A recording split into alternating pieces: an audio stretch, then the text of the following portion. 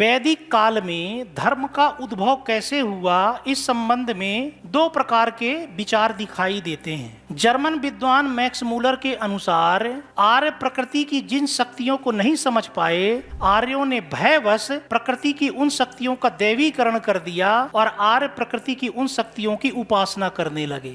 Max Muller ने प्रकृतिवाद का सिद्धांत दिया है, जिसके अनुसार आर्यों ने जब बादलों की गर्जना सुनी, सूर्य का प्रचंड ताप महसूस किया, तेज आंधी देखी, तेज वर्षा देखी, तो आर्यों ने प्रकृति की इन शक्तियों से डर के मारे प्रकृति की इन शक्तियों की उपासना करनी शुरू कर दी कि कहीं ये प्रकृति की शक्तियां उनका अनिष्ट ना कर दें, उनका अहित ना कर दें। इस तरीके से मैक्स मूलर का यह कहना था कि धर्म की उत्पत्ति भय या डर की वजह से हुई है, लेकिन धर्म या देवी देवताओं की मान्यता के संबंध में एक अलग प्रकार का विचार स्वामी दयानंद सरस्वती, अरविंद घोष और सर्वपल्ली राधाकृष्णन के विचारों में दिखाई देता है। इनका कहना है कि धर्म की उत्पत्ति भय या डर के कारण नहीं, आस्था या श्रद्धा के कारण होती है। ऋग्वेद में ऋत शब्द का उल्लेख आया है। ऋत का अर्थ है ब्रह्मांड के नियम या ब्रह्मांड की व्यवस्था, जिसका पालन ब्रह्मांड का हर एक तत्व कर रहा है। सूर्य कर रहा है, चंद्रमा कर रहा है, ऋतुएं कर रही हैं, मौसम कर रहे हैं। आप देखो, ये सब किसी न किसी नियम का पालन कर रहे हैं। सूर्य एक निश्चित समय पर उगता है, निश्चित समय पर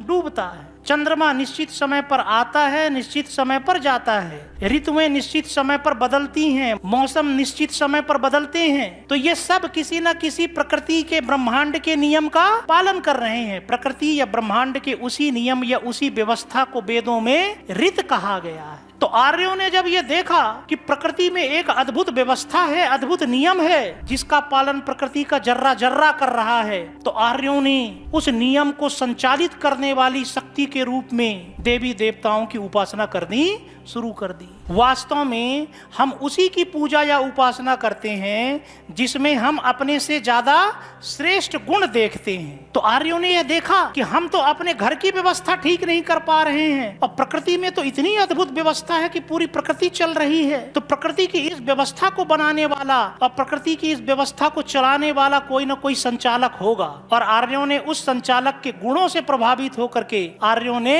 उसे देवी या देवता के रूप में मान करके उसकी पूजा करनी शुरू कर दी। तो वास्तव में धर्म की उत्पत्ति भय से होती है कि आस्था या श्रद्धा से होती है। भय से आप भूत प्रेत को मान सकते हो, लेकिन देवी देवताओं को आपने भय के कारण नहीं माना है। देवी देवताओं की मान्यता आस्था और श्रद्धा के कारण उत्पन्न हुई होगी।